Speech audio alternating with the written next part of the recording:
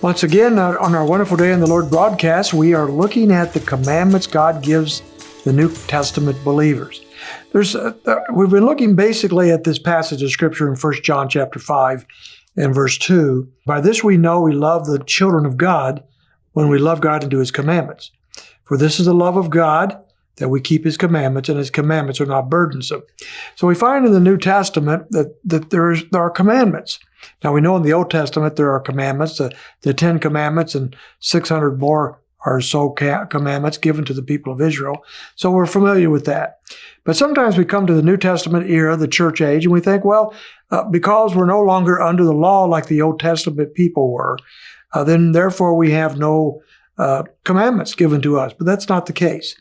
Matter of fact, we find more commandments, more imperatives in the New Testament than we actually find in the Old Testament. Somebody has counted them up, and I haven't done it myself, so I'm going to take their word for it, that there are about 627 New Testament imperatives or commandments, and that doesn't count the commandments to individuals.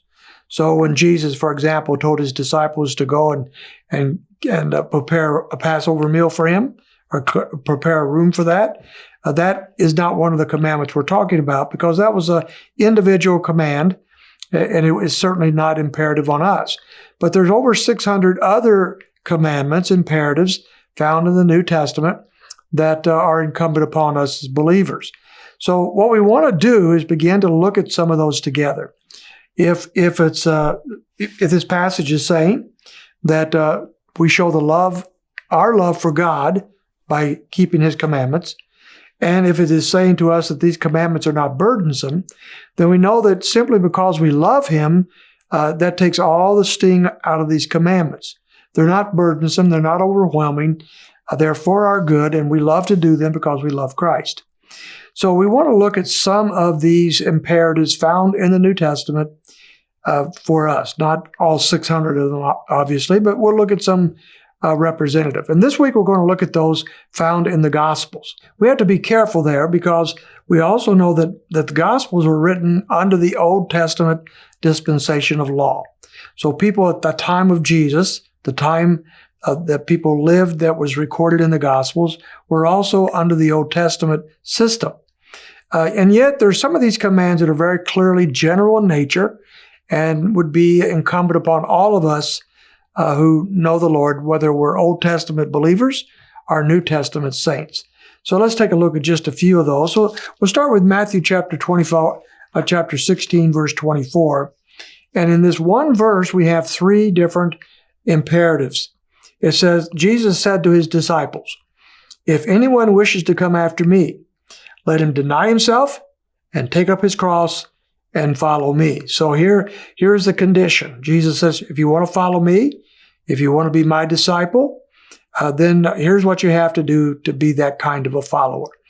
3 commandments. You deny yourself, you take up your cross, and you follow me. So let's look at those very quickly. First of all, to deny yourselves would be the idea that there's something more important than us. Our desires are not that which controls us. Something more important does. And so as we look at this, that which is more important is Christ Himself. So we deny ourselves, so that secondly, that He says in this verse 24 that we can follow Him. And it says that we deny ourselves, we take up our cross. Now that's confusing to us today because we don't think of the cross as they did in those days. The cross was a symbol of execution. People were executed on a cross. So it wasn't a piece of jewelry.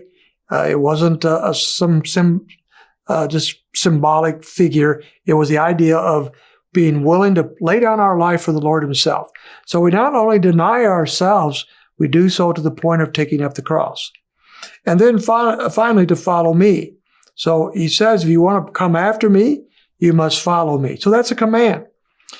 So we're following the commandments of the Lord, and He's showing us the way to follow Him and be the kind of person He wants us to be. So there's 3 New Testament era commands that are general in nature.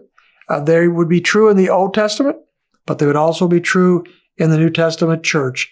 And so we are to follow Him, we are to take up our cross, and we are to deny ourselves. So that gets us a good start on some of the commandments found in the Gospels. We'll look at another one tomorrow. We'll see you then.